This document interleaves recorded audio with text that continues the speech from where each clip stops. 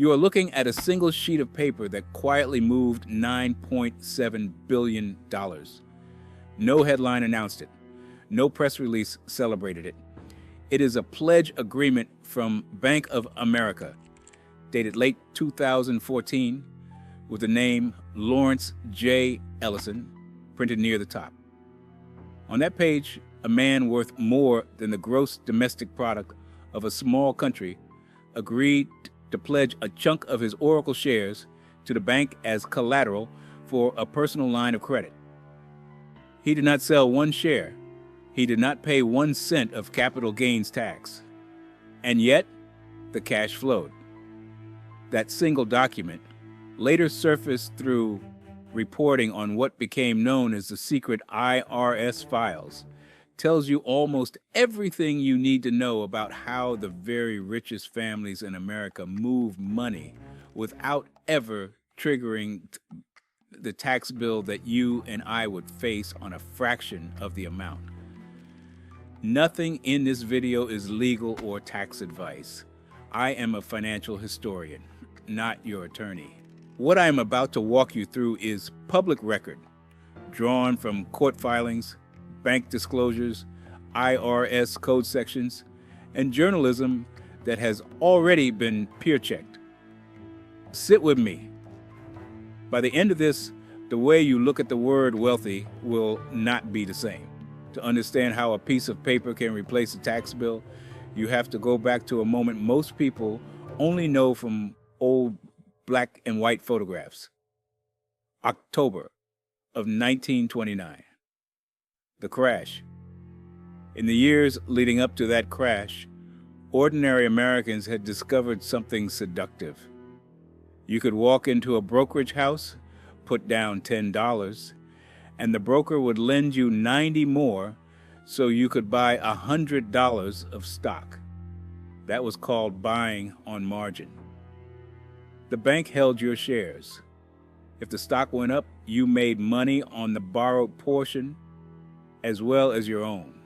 If it went down, the broker called you on the telephone and demanded more cash, what the trade still calls a margin call. When the market collapsed, millions of those margin calls went out in a single week. People who could not pay watched their shares get sold out from under them. Some lost everything. A few jumped from windows. The lesson Congress drew from that disaster was simple. Borrowing against stock is powerful, and it is dangerous, and it must be regulated. So in 1934, two things happened in Washington that still shape every line of credit a billionaire signs today. The Securities Exchange Act of 1934 created the Securities and Exchange Commission, the agency that polices public companies. And the Federal Reserve, given new authority by that same law, wrote a rule called Regulation T. Regulation T set the limits on how much a broker could lend a customer against their stock. It is still on the books. It is still amended from time to time. And it is the legal backbone of every margin loan and every securities-backed line of credit in this country, 92 years later. For decades after the war, borrowing against stock was mostly a tool for the merely rich. A retired executive in Connecticut might pledge his General Electric shares to buy a sailboat. A doctor in St. Louis might borrow against his portfolio to bridge a real estate purchase. It was quiet. It was small. Then, beginning in the late 1990s and accelerating through the 2000s, the private wealth divisions of the big banks, Morgan Stanley, Goldman Sachs, JP Morgan, Bank of America, began building a product on top of those old margin rules. They called it a Securities-Backed Line of Credit, SBLOC for short, or at some firms, a Pledged Asset Line, a PAL. Same idea, different name, a revolving line of credit secured by the customer's stocks and bonds, available at low interest with no fixed repayment schedule. By 2010, SBLOC balances at the major banks had crossed $100 billion. By 2020, several hundred billion. Most ordinary Americans had never heard the term. And then, in June of 2021, ProPublica published a series called The Secret IRS Files. Reporters had obtained internal IRS data covering more than 15 years of tax returns for the wealthiest Americans in the country. What they found was that the country's richest men, Larry Ellison, Elon Musk, Jeff Bezos, Warren Buffett, paid a true tax rate in some years as low as 0.1%. Not 1%, 0.1. The reason was not exotic. It was the simple fact that they almost never sold their stock. They borrowed against it instead. The strategy even had an old nickname inside private banking offices.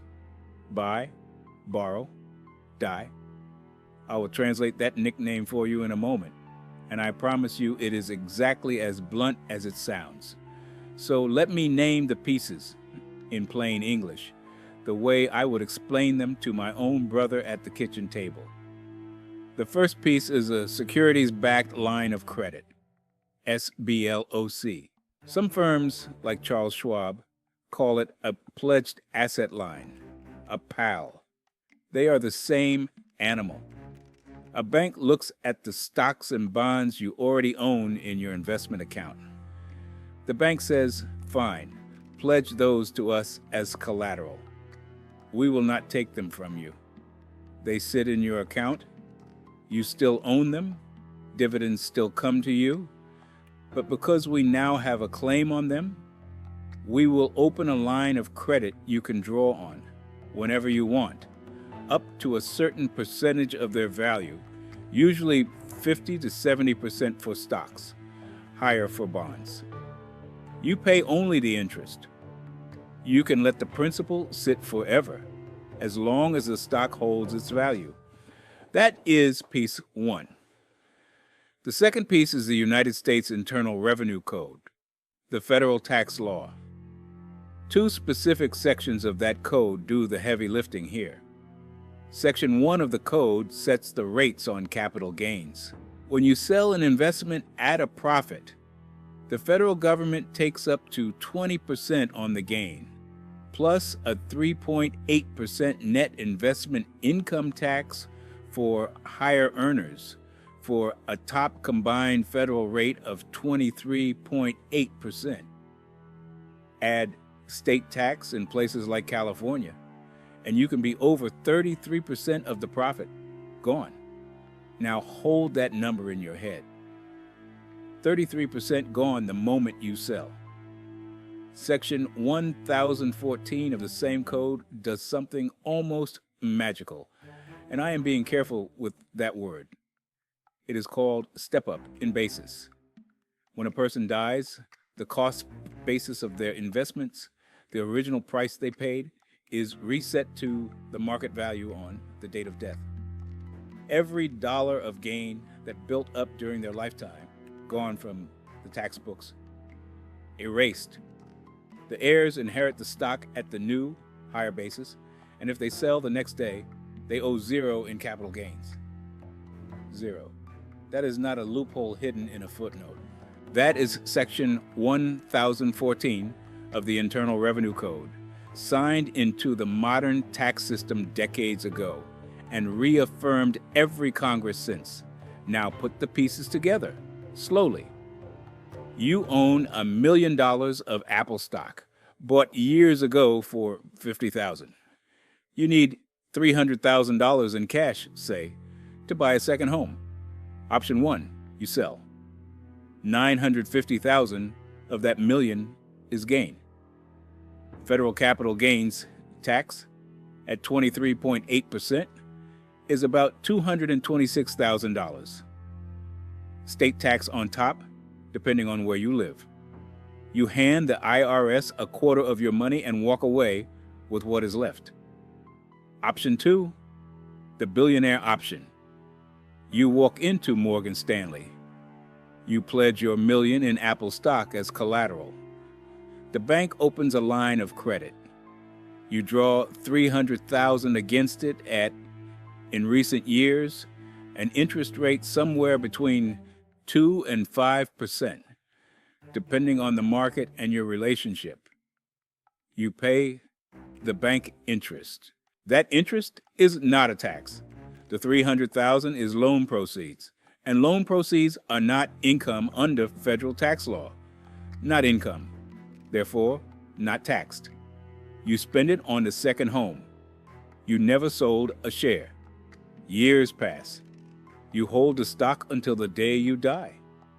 At that moment, Section 1014 steps in. The basis on your Apple shares resets to whatever they are worth on the date of your death. Your heirs settle the line of credit out of the estate. Sell only what is necessary at the new stepped-up basis. Owe little or no capital gains, and keep the rest. Buy the asset. Borrow against it. Die holding it. The gain is never taxed. Not by you, not by them. That is the entire strategy. It is not illegal. It is the law as written. There is, of course, a catch.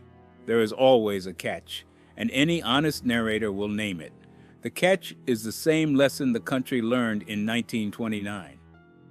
If the stock that backs your line of credit crashes, the bank can call the loan. They send you a notice. They demand more collateral or repayment, and they can demand it in days, not months. If you do not meet the call, they sell your pledged shares, and they choose the moment, not you.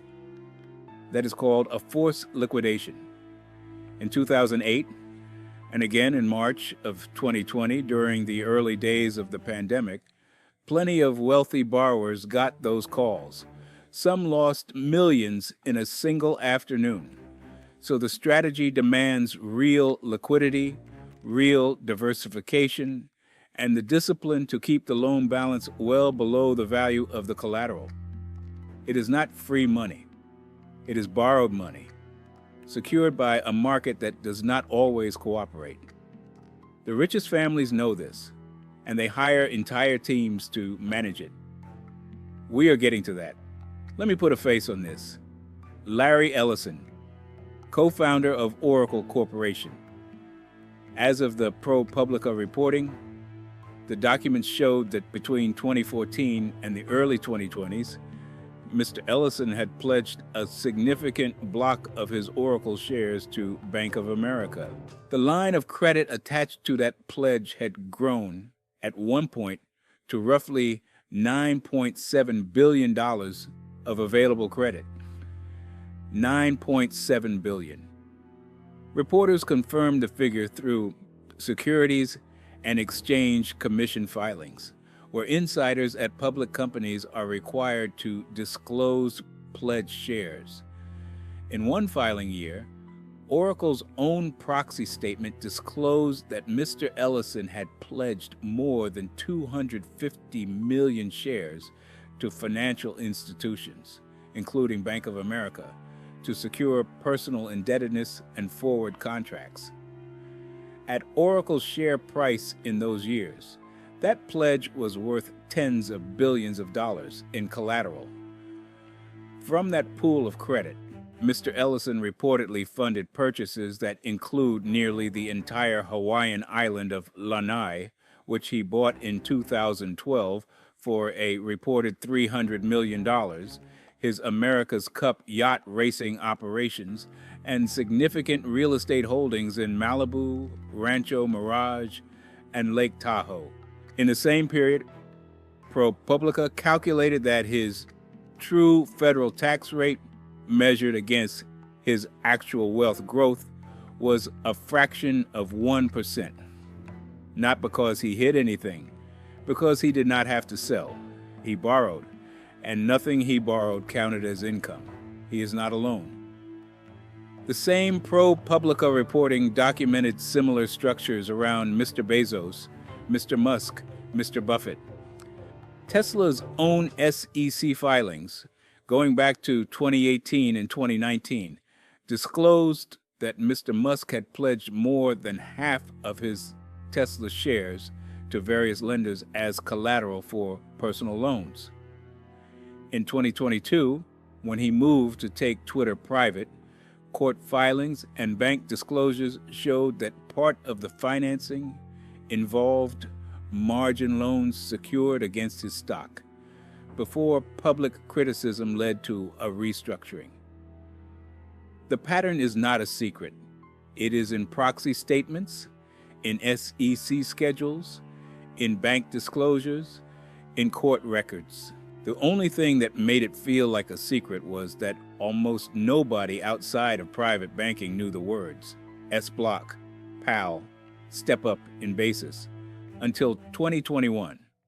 Now you know them. Now turn the lens around. You, me, the retired school teacher in Cleveland. The widow in Toledo who still owns the General Motors shares her husband bought in 1978. When she needs $10,000 to fix the roof, what does she do? She calls her broker. She sells some of the GM. The shares are worth maybe $40 now. Her late husband bought them for under $6. Almost the entire sale is gain. She owes capital gains tax. She owes it in the same tax year, due in April. Or she calls her bank for a personal loan. Unsecured personal loans in 2025 ran at 15, 17, even 21% annual percentage rate at the credit unions, higher at some national banks. She pays interest at a rate that would make a private banker laugh. Or she puts the roof on a credit card at 24%. Or she takes a home equity loan, which is a real option. More on that in a moment. The point is, the toolkit she has been handed looks nothing like the toolkit Mr. Ellison signs his name to. And it is not because she is doing anything wrong. It is because the part of the tax code that erases gain at death was not written with her in mind. Section 1014 was written in the early 1900s, in an era when Congress could not easily verify what a deceased person had paid for a stock decades earlier. And so they reset the clock at death for administrative reasons. Over the past century, that administrative shortcut has become, for the largest fortunes, the single most powerful estate planning tool in American law. The Joint Committee on Taxation has estimated that the step up in basis costs the United States Treasury more than $40 billion a year in foregone revenue. $40 billion every year. And the people who benefit most from it are, almost by definition, the people who own the most appreciated assets. The widow in Toledo benefits a little on her GM shares if she dies holding them. The Ellison estate benefits at a different order of magnitude entirely. Same provision, wildly different scales. So what can you actually do with this? I am not your attorney. I am not your CPA.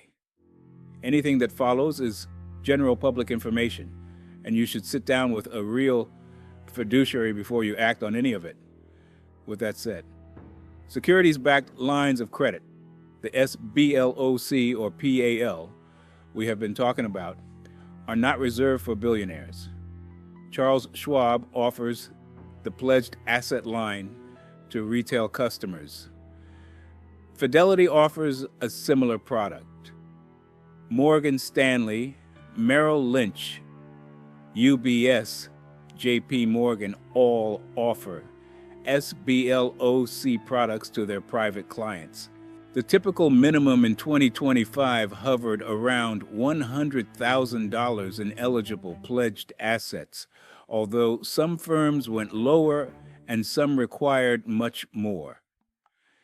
Interest rates were generally tied to a short-term benchmark, the secured overnight financing rate plus a spread, often landing in the range of 6 to 9% in recent higher rate years, lower when the Federal Reserve cuts rates, higher when it raises them. The rates are negotiable for larger relationships. They are also variable, which means they can rise faster than you expect. That is real, and that is the catch named again. For homeowners, the cousin of the SBLOC is the Home Equity Line of Credit, the HELOC. Same basic mechanic. The bank takes a second lien on your house, opens a line of credit against the equity, lets you draw and repay over years. The proceeds are not income. The interest, if used to buy or improve the home, can still be tax deductible under current law, though the rules changed under the 2017 Tax Cuts and Jobs Act, and you should check with a tax professional before counting on it. Margin loans inside a brokerage account are a third version, governed by that same Regulation T or from 1934 we talked about, with stricter margin call mechanics. All three tools share the same family resemblance. You are not selling. You are borrowing. The taxman waits at the back of the line. There are real reasons to use these tools carefully. Cost. A line of credit at 7% is not free. If you borrow $100,000 and pay 7% interest, that is $7,000 a year out of pocket every year until you repay. If the alternative is selling stock and paying a one-time capital gains hit of, say, $15,000, the line of credit only wins if you keep it open for less than the break-even period, or if the stock continues to grow enough to outpace the interest, or if you genuinely plan to hold until death and let Section 1014 do its work. Each situation is different. Each life is different. The math is real. The risk of margin call is real. The strategy is real. None of those things contradict each other. Bring this home with me. The headline of this video was that the wealthy have never sold a single asset to get cash. That was a simplification, the kind of line that gets you to click. The truest sentence is this: the wealthiest families in America have built their entire financial lives around not selling. They borrow against what they own. They hold the asset until death.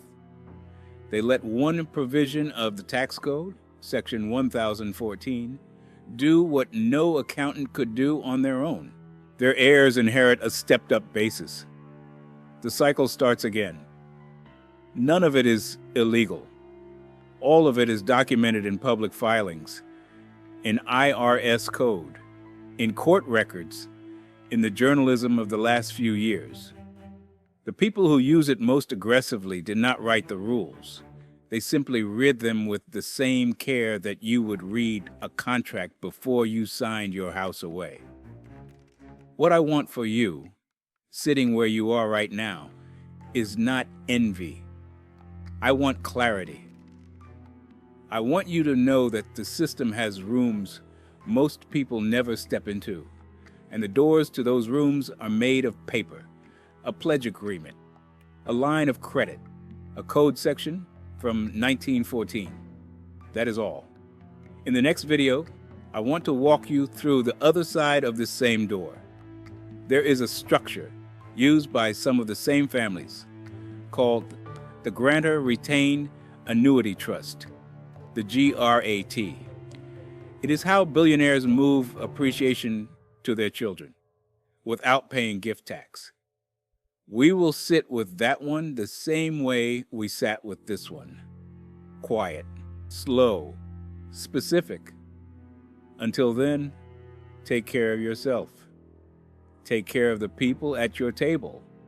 And if any piece of this video raised a question worth bringing to a real professional, bring it. That is what they are there for.